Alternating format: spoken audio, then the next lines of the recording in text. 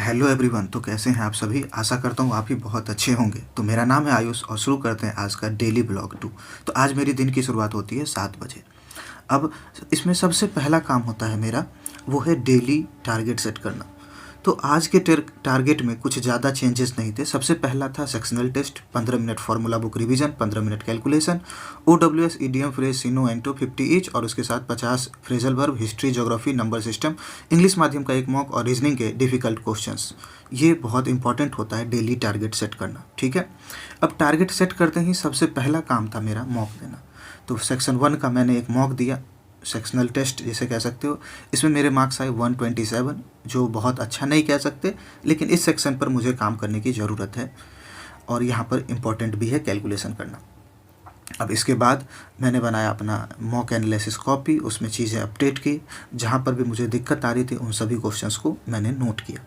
ठीक है, तो इस तरह से मेरा पहला टारगेट कंप्लीट होता है।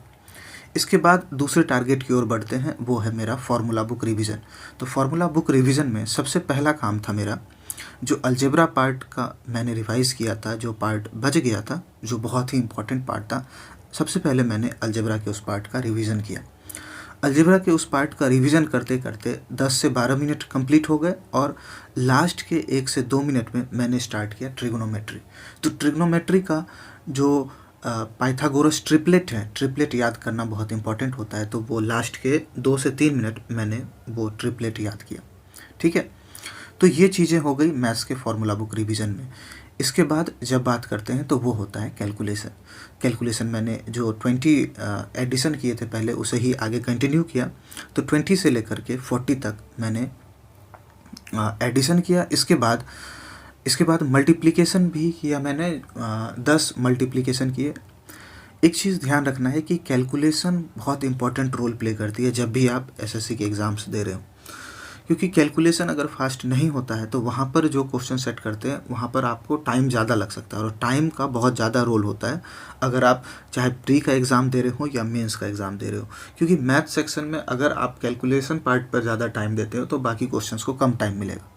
ठीक है, तो टाइम का बहुत ज़्यादा रोल हो जाता है और टाइम मैनेज करने के लिए कैलकुलेशन आपकी फ़ास्ट होनी चाहिए। ये बहुत इम्पॉर्टेंट है, इस चीज़ को ध्यान में रखना है। तो कैलकुलेशन करने के बाद मेरा अगला टारगेट था जीके। जीके में मैंने लूसेंट से स्टार्ट किया।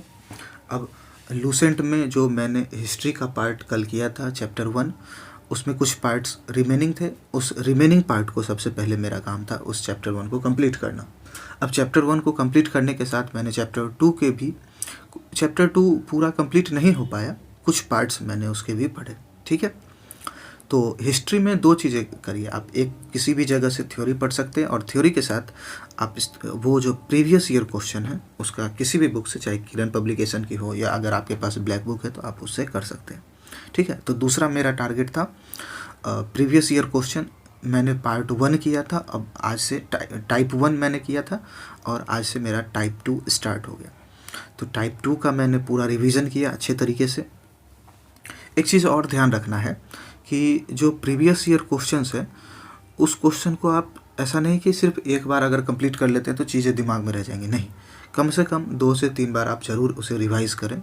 और रिवीजन बहुत इंपॉर्टेंट रोल प्ले करता है अगर आप इसके एग्ज़ाम दे रहे हो तो इस चीज़ का पूरा ध्यान रखना है कि आपकी जो रिवीजन है वो सही तरीके से हो और वो बिल्कुल अच्छे तरीके से होनी चाहिए। ठीक है, तो ये था मेरा दूसरा पार्ट। इसके बाद जब मेरा ये हिस्ट्री पार्ट कंप्लीट होता है टाइप 2 यानी कि, तो फिर मैं स्टार्ट करता हूँ ज्योग्राफी में मैंने स्टार्ट किया था इंडियन ज्योग्राफी यानी कि भारत का भूगोल। तो भारत के भूगोल इस टॉपिक में मेरा स्टार्ट होता है सेकेंड चैप्टर में है वो इंडियन फिजियोग्राफी से रिलेटेड। तो फर्स्ट पार्ट में जो बाकी थे वो कंप्लीट करने के बाद ये सेकेंड पार्ट मेरा स्टार्ट हो जाता है। अब सेकेंड पार्ट में ये जो सेकेंड चैप्टर है ये बहुत बड़ा चैप्टर है। ठीक है, आप कह सकते हो कि इसमें जो भी इंडिया से रिलेटेड जितने फिजिकल फॉर्म्स हैं, माउंटेन्स हैं, इन सभी चीज़ों के बारे में है। तो एक दिन में ये पूरा टॉपिक कंप्लीट नहीं हो पाता है, फिर भी मैं जहाँ तक हो पाया 1 से 2 पेज तक वो मैंने आज कंप्लीट किया। इसे कंप्लीट करते वक्त ध्यान रखना है कि इसमें बहुत सारी चीज़ें हैं जो याद करने के लिए, तो उस पर भी ध्यान देना ज़रूरी है। इसके बाद फिर मेरा स्टार्ट हो जाता है प्रीवियस ईयर क्वेश्चन। तो एसएससी के प्रीवियस ईयर क्वेश्चन में मैंने अभी भारत के भूगोल यानी कि इंडियन ज्योग्राफी वाले पार्ट को इससे पहले नहीं किया था इस बुक से, तो ये मेरा फर्स्ट टाइम है, तो थोड़ा इसमें टाइम लग रहा है, पर चीज़ों को धीरे धीरे कंप्लीट करना है। तो इस तरीके से मैं पीछे से चीज़ों को पढ़ते हुए आगे कंप्लीट करता जा रहा हूँ। और प्रीवियस ईयर क्वेश्चन का रोल तो आप सभी को पता ही है कि प्रीवियस ईयर बहुत ज़्यादा इम्पॉर्टेंट हो जाता है अगर आप एग्ज़ाम दे रहे हो एसएससी की तो और प्रीवियस ईयर तो बहुत ही ज़्यादा इम्पॉर्टेंट। तो फिर मैंने ज्योग्राफी वाले पार्ट से जो रिमेनिंग पार्ट्स हैं, जितने भी चीज़ें हैं, उसे ठीक से अच्छे तरीके से मैंने कंप्लीट किया। तो इस तरह से अगर आप देखें तो मैंने हिस्ट्री और ज्योग्राफी इन दोनों पार्ट्स को एक साथ लेकर चलने से ये फ़ायदा होगा कि 2 चीज़ें कंप्लीट हो जाएंगी। फिर मेरा जो है इस तरीके से हिस्ट्री और ज्योग्राफी ये दोनों टारगेट कंप्लीट हो जाता है। अब नेक्स्ट टारगेट था मेरा वोकैब वाले पार्ट पे। अब वोकैब में सबसे पहले मेरा स्टार्ट होता है ब्लैक बुक से, 1 वर्ड सब्स्टिट्यूशन। इसमें मैंने पहले से 50 कर रखे थे, तो 50 के बाद से स्टार्ट करना था, 50 से 100 तक। तो फिर मेरा स्टार्ट हो जाता है ये ब्लैक बुक में 50 1 वर्ड, ठीक है, 50 OWS, 50 एंटोनिम्स, 50 सिनोनिम्स। ध्यान रखना कि आज जो है ना, मैंने वो फ्रेजल वर्ब और फिक्स्ड प्रीपोजिशन भी मैंने किया, ठीक। अब फिक्स्ड प्रीपोजिशन और फ्रेजल वर्ब में दिक्कत क्या आती है वो भी मैं बताता हूँ कि इसमें जो क्वेश्चन है वो थोड़े से अलग तरीके से होते हैं। आपको ध्यान रखना है कि जब आप इस पर बेस्ड क्वेश्चन प्रैक्टिस अगर नहीं करोगे तो आप इसके क्वेश्चन को ठीक से अटेम्प्ट भी नहीं कर पाओगे। इसलिए प्रैक्टिस बहुत इंपॉर्टेंट हो जाता है जब आप जब आप पढ़ रहे हो फिक्स्ड प्रीपोजिशन और फ्रेजल वर्ब को खासकर, तो उस पर ध्यान रखना बहुत ज़्यादा ही ज़रूरी है। तो फिक्स्ड प्रीपोजिशन और फ्रेजल वर्ब में आप इन चीज़ों का ध्यान ज़रूर रखें, ठीक है, ये चीज़ें इंपॉर्टेंट हो जाती है। अब अगर बात करें कि जब आप इस वोकैब को पढ़ रहे हो तो किस तरीके से पढ़ना चाहिए, ध्यान रखेंगे कि जो 1 वर्ड है ना, इसमें जो सबसे पहले दिया है बहुत लंबा सा पैसेज, उसे याद रखना थोड़ा सा डिफ़िकल्ट होता है। तो आप एज अ वर्ड मीनिंग की तरह इसे आप याद रख सकते हो शुरुआत में, ठीक है। जब आप शुरुआत में इसे वर्ड मीनिंग की तरह याद करके रखोगे तो चीज़ें ध्यान में रहेंगी, फिर ज़्यादा डिफ़िकल्टी नहीं आएंगी और वो ज़्यादा टाइम तक रहेगा। क्योंकि आप अगर पूरा लाइन याद करने की कोशिश करते हो तो वहाँ पर दिक्कतें आती है, वो ठीक से दिमाग में नहीं भी रह सकता। तो इस चीज़ को ध्यान में रखना है। इंग्लिश कंप्लीट करते ही मेरा टारगेट स्टार्ट होता है मैथमेटिक्स। मैथमेटिक्स में मैंने नंबर सिस्टम स्टार्ट किया था प्रीवियस ईयर क्वेश्चन से। इसमें मैंने 35 क्वेश्चन किए थे इससे पहले, और आज भी मैंने 35 से 70 तक क्वेश्चन अटैम्प्ट किए। मैथ्स के क्वेश्चन में नंबर सिस्टम में कुछ ऐसे भी क्वेश्चंस हैं जो आपको 1 गो में यानी देखते भी बन जाए, कुछ ऐसे हैं जिसमें कुछ कैलकुलेशन करना पड़े, लेकिन कुछ ऐसे भी क्वेश्चन हैं जिसे 1 से 2 बार बनाने के बाद भी उस क्वेश्चंस में डिफ़िकल्टीज आती है, और वही क्वेश्चंस हैं जो कि मार्क्ड क्वेश्चन है, जिसका कि बहुत इंपॉर्टेंट रोल हो जाता है आपके एग्ज़ाम में।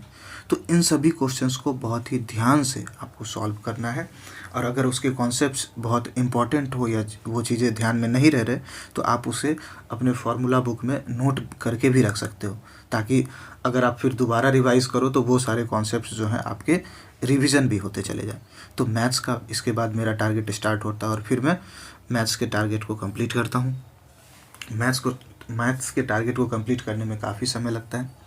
अब जब मैथ्स का टारगेट कंप्लीट हो जाए तो आप सभी को एक चीज़ ध्यान रखना है कि जो मैथ्स के क्वेश्चंस हैं जो 1 से 2 बार या 3 बार ना बने, तो उन सभी क्वेश्चंस को ज़रूर नोट करके रखना है, ताकि अब नेक्स्ट टाइम जब आप अटेम्प्ट कर रहे हो तो वो सभी क्वेश्चंस गलत ना हो, ठीक है। और जब आप पहले खुद से कोशिश करो क्वेश्चन सॉल्व करने की 1 से 2 बार, और अगर तब भी क्वेश्चन सॉल्व ना हो तब आपका अगला स्टेप होगा कि आप उसके सॉल्यूशन को देख लो, ठीक है। क्योंकि सॉल्यूशन देखने से भी चीज़ें इम्प्रूव होती है, क्योंकि एक बार में तो आप जैसे याद करोगे तो चीज़ें याद हो जाएंगी, ऐसा कुछ नहीं है एक बार में आप क्वेश्चन पढ़ लो तो समझ आ जाएंगे, नहीं। कभी कभी 1 से 2 बार भी क्वेश्चन को रिवाइज करना पड़ता है और आपको आंसर भी देखना पड़ सकता है। तो आप पहले ये देखो कि आंसर क्यों नहीं हो रहा, हो सकता है किसी कॉन्सेप्ट में दिक्कत है तो उस कॉन्सेप्ट को और क्लियर करना होगा। अगर वो चीज़ें अब भी दिक्कत दे रही है तो आप उसके लेक्चर्स यूट्यूब पर सर्च करके देख सकते हो। बहुत सारे ऐसे लेक्चर्स हैं जो फ्री में पढ़े हैं, बहुत सारे टीचर्स हैं, तो आप उसके कॉन्सेप्ट को फिर से देख सकते हो। अगर ज़्यादा दिक्कतें आ रही हो और ज़्यादा अगर उसमें गलत हो रहा है तो उस चीज़ पर भी आप ध्यान दे सकते हो। ये हो गई मैथ्स की बात। और एक और ख़ास बात बताऊँ, तो मैथ्स के लिए सिर्फ एक ही ऐसा पार्ट नहीं है कि आप फार्मूला रिवाइज़ करोगे तो चीज़ें कंप्लीट हो जाएँगी। आपको उस फार्मूले को अप्लाई करना, किस तरीके से आप अप्लाई करते हो, ये भी इम्पोर्टेंट हो जाता है। तो अभी तो मैंने जो स्टार्ट किया वो 35 क्वेश्चंस का सेट है, लेकिन धीरे-धीरे ये क्वेश्चन की क्वांटिटी को इंक्रीज़ करना होगा और एसएससी के लिए 100 क्वेश्चंस तक जाना होता है कि पर डे आप 100 क्वेश्चंस ज़रूर अटेम्प्ट करो। तो अभी 35 है, धीरे-धीरे मैं भी क्वेश्चंस के नंबर ऑफ़ क्वेश्चंस को इंक्रीज़ करूँगा। फिर उसके बाद मेरा टारगेट होता है इंग्लिश माध्यम का एक मॉक। तो इंग्लिश माध्यम का एक मॉक लगाने के बाद जो है मैं उसका एनालिसिस करता हूँ और उसी कॉपी में नोट कर लेता हूँ जो भी चीज़ें मेरी गलत हुई। इस तरह से अगर बात करें कि आज के कौन-कौन से टारगेट कंप्लीट हो गए, तो मेरे सभी टारगेट्स लगभग में कंप्लीट हो गए। रीज़निंग का भी मैंने आज मॉक लगाया था, वो मैंने अपलोड नहीं किया अभी, ठीक है? तो ये सभी चीज़ें जो है वो कंप्लीट